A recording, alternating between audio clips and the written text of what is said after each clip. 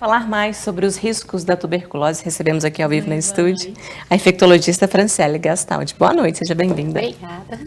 A tuberculose mata muitas pessoas no Brasil por dia, né? Infelizmente. O que provoca essa tuberculose? A tuberculose ela é uma infecção bacteriana, né, que praticamente toda a população ela já teve contato alguma vez na vida. E aí acaba que por algum desencadeante durante a sua vida você vai desenvolver a doença. Então, geralmente, quando o paciente, principalmente adulto, quando ele vai ter o diagnóstico da doença, não significa que naquele momento ele teve o primeiro contato com o bacilo, né, que é essa bactéria. Geralmente ele teve contato durante a fase, por exemplo, durante a infância ou um pouco mais jovem, né? E aí acaba que por conta de alguma outra doença mais grave ou por algum desbalanço na sua imunidade, acaba que você desenvolve a doença, né? E aí principalmente porque se você tem alguma lesão pulmonar, e aí entra a questão do aumento importante dos casos de tuberculose depois da pandemia, né? Porque muitos dos pacientes depois do Covid apresentaram sequelas pulmonares, tanto o pulmão fica muito debilitado quanto fica mascarando os sintomas. Porque como foi visto no vídeo, tosse persistente, emagrecimento e febre baixa, eles são sintomas clássicos da tuberculose. E muitas das vezes são interpretados como sintomas persistentes do Covid, que na verdade não são. E aí você está falando uma infecção em cima de um pulmão debilitado. E aí acaba que a gente perde tempo em relação a um tratamento que poderia ser mais simples.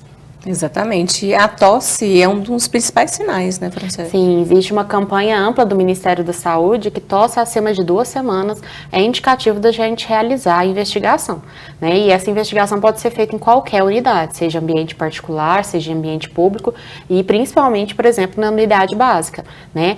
As maiores campanhas do Ministério da Saúde, eles são em prol das unidades básicas de atendimento e funcionam maravilhosamente bem, né? A cidade de Uberlândia tem uma certa segurança, né, e uma facilidade do diagnóstico, por exemplo, porque a gente dispõe do teste rápido molecular, como foi descrito no vídeo, né, onde a gente faz por meio do escarro ou algum outro material que é fornecido, né, pelo paciente, a gente consegue detectar o DNA do bacilo. Então, mesmo que esteja começando, eu consigo ter a certeza se tem o bacilo ou não. Eu não preciso de esperar o crescimento. Essa bactéria ela é especial, ela pode demorar até 2 meses para crescer em laboratório.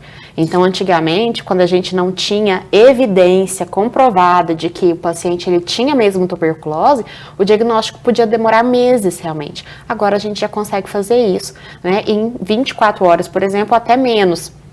Existe o teste rápido, que a partir do momento que a amostra chega no laboratório, ele é processado em 2 horas. E facilita, muito no tratamento. Não só no tratamento, como também na prevenção. Enquanto o paciente ele não é tratado para tuberculose, ele transmite. E aí eu estou falando de transmissão no trabalho, na família, e é importante porque, por exemplo, nas crianças, criança não tem tosse, tá? A tuberculose geralmente não dá tosse em criança. E aí dá perda de peso, dá emagrecimento, dá sintomas diversos, a criança fica mais prostrada, passa em várias unidades, não é um diagnóstico habitual que é feito, é um diagnóstico mais difícil pelas particularidades da idade, né, e acaba que pode comprometer de maneira permanente o crescimento dessa criança. Então a gente consegue prevenir isso de toda essa cadeia de problemas a partir de um diagnóstico mais rápido. Então tem que ficar muito atento a esses sinais. E isso é muito importante a gente ficar atento, principalmente nesses pacientes que têm alguma lesão pulmonar. Então, se eu tive um quadro pulmonar, principalmente aqueles pacientes que tiveram Covid grave, que saíram da internação com um problema pulmonar permanente, ter a tosse é necessário de fazer a investigação. Não só caracterizar essa tosse como uma pós-Covid, porque o seu pulmão ficou debilitado e ele pode, infelizmente, ser alvo de qualquer outra infecção, não só da tuberculose, mas existem algumas outras infecções que podem acometer esse pulmão. E é importante, porque se eu faço o diagnóstico rápido, eu consigo tratar melhor. A tuberculose, infelizmente, não acomete só o pulmão. Em alguns outros casos, pode acometer o corpo inteiro, pode causar meningite, pode causar ínguas no corpo inteiro, pode causar, infelizmente, os óbitos que a gente, infelizmente, vê até hoje. E questão de tratamento, como que funciona, Franciele? O tratamento ele é feito por comprimidos, geralmente o comprimido a gente calcula pelo peso do paciente, mas para um adulto geralmente de 4 a 5 comprimidos por dia. Né? Existem as particularidades dos antibióticos que a gente usa, eles são formulados que são disponíveis pelo Ministério da Saúde, então mesmo que o paciente, por exemplo, ele acompanhe unidade particular, ele não vai comprar, e isso é uma campanha pública para garantir que o paciente ele consiga fazer o tratamento de maneira adequada, que eu acho isso maravilhoso, porque aí não tem Com desculpa certeza. de que porque o paciente não tomou, né? E aí existem essas particularidades porque são remédios que têm que ser tomados em jejum, não podem ser tomados juntos com remédio para azia, porque inativa. Então, muitas das vezes o paciente que tem tuberculose chega no consultório e fala: meu tratamento não está dando certo, doutor, por quê? E aí, quando a gente vai ver, infelizmente ele não foi orientado que não podia tomar o omeprazol que ele toma todo dia. Então, o segredo de um bom tratamento de tuberculose é seguir as regrinhas do tratamento, né? É fazer o tratamento adequado todos os dias, é não tomar o omeprazol, pantoprazol, infelizmente. Existem outras medicações que a gente pode lançar a mão para poder controlar os sintomas do paciente e fazer os exames regularmente.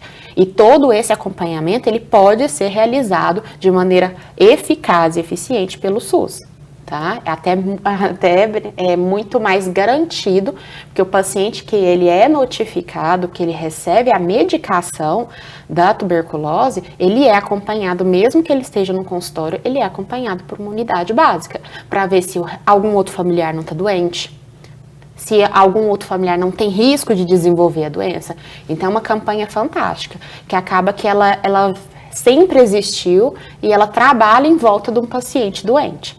Né? E é muito importante, porque se a gente tem os números altos dessa forma, imagina se a gente não tivesse essa campanha, prevenção, essa prevenção. E como fica o pulmão de uma pessoa que teve a tuberculose? Ele se recupera? Depende do quadro. Né? Geralmente, né, o que a gente mais ouve falar, e o clássico é que a gente fala que forma uma cavitação, uma bola. Né? E aí essa região ela cicatriza, vira uma fibrose, e nessa região, infelizmente, a gente não consegue proliferar o tecido pulmonar, mas geralmente, como a lesão é única, isso não representa problemas para o paciente para o resto da vida. O problema é quando, por exemplo, a gente demora para realizar o diagnóstico e o paciente ele pode ter várias lesões dessa. E aí eu estou falando do paciente que tem, por exemplo, os 2 pulmões acometidos. E aí de passo de uma tuberculose que era simples de tratar para um quadro extremamente grave. Né? Ou é um quadro de tuberculose que sai do pulmão e vai para o fígado, que vai para o baço, para o intestino. Isso é possível. E complica muito o caso. Complica muito o quadro. Né? Tuberculose, geralmente, a gente trata por 6 meses. Existem particularidades que o tratamento pode ir até 2 anos. Imagina você ter que tomar antibiótico por 2 anos. E a imunidade também cai. A imunidade aí cai, vai piorando tem os efeitos a colaterais. Mas, infelizmente, é necessário. E isso tudo, geralmente, a gente previne com um diagnóstico precoce. Quando está no comecinho do pulmão, a gente trata e resolve. Agora, quando está espalhado, o tratamento realmente é mais difícil. E outra coisa muito importante é a vacinação. A vacinação. A BCG, que a gente realiza atualmente ao nascimento, antes a gente tinha a marquinha da BCG, né, na nossa infância, ela previne esses casos graves. Então, infelizmente, ela não consegue ser totalmente preventiva para a gente nunca desenvolver tuberculose. Infelizmente, ela não tem essa função. Mas eu consigo, a pessoa que ela é vacinada, ela consegue prevenir o desenvolvimento de meningite por tuberculose, de disseminar no seu organismo, ou seja, espalhar para os outros órgãos. Então, quando o paciente ele tem tuberculose, por mais que demorou o diagnóstico, o bacilo estava só no pulmão, geralmente o que te preveniu foi a BCG, que não deixou ela disseminar para o seu corpo. Então, ela serve para a gente prevenir formas graves, que a gente chama. Só que, infelizmente, as formas graves, mesmo com a vacinação, pode acontecer com o paciente com AIDS. Não é ter HIV, é ter AIDS, né? É ter a imunossupressão grave, né?